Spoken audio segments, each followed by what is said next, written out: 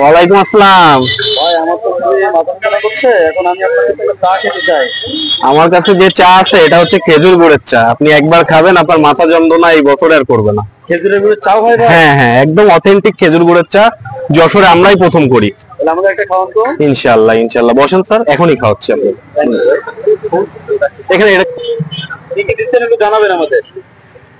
খেজুর গুড়ের চাই ইউজ হয় নরমালি হচ্ছে আসল খেজুর গুড়, যেটা একমাত্র যশোরেই পাওয়া যায়। যশোর হচ্ছে খেজুর গুড়ের জন্য বিখ্যাত, এবং খেজুর গুড় হচ্ছে জিআই ভিতরে ইউজ হয় হচ্ছে খাঁটি গরুর দুধ, এছাড়াও বিভিন্ন রকমের সিক্রেট মশলা, যেটা সম্পূর্ণ বলা যাচ্ছে না আপনাকে, আপনি খাইলে বুঝতে পারবেন। কত প্রকার মশলা দেন?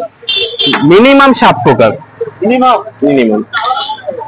খুবই টেস্টি লাগবে ইনশাআল্লাহ ইনশাআল্লাহ। দোকানটা তো খুব সুন্দর করে সাজাইছেন। জি জি জি, চেষ্টা করছি।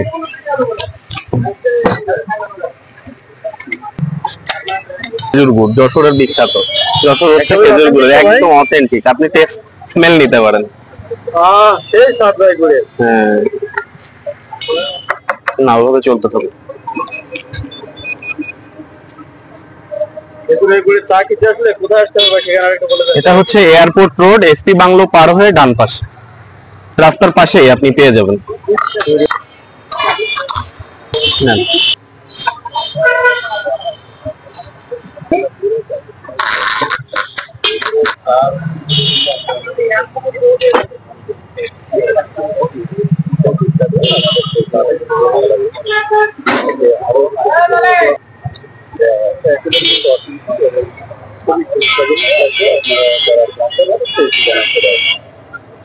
এবং এই খেজুরের চায়ের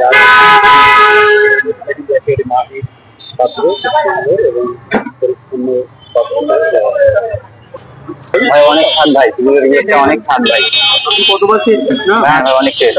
5 লেয়ার 7 লেয়ারের চা খেয়েছেন, কিন্তু আপনি এই যে খেজুরের গুড়ের চায়ের এই ধারণাটা কোথা থেকে আসছে? আসলে খেজুর গুড়ের চা ধারণাটা এসছে, যদি সত্যি কথা বলি, এটা আমার বাসার থেকে এসছে।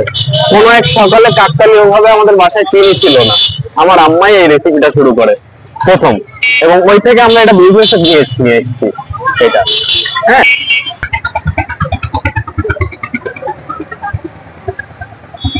হ্যাঁ ভাই, অনেক টেস্ট।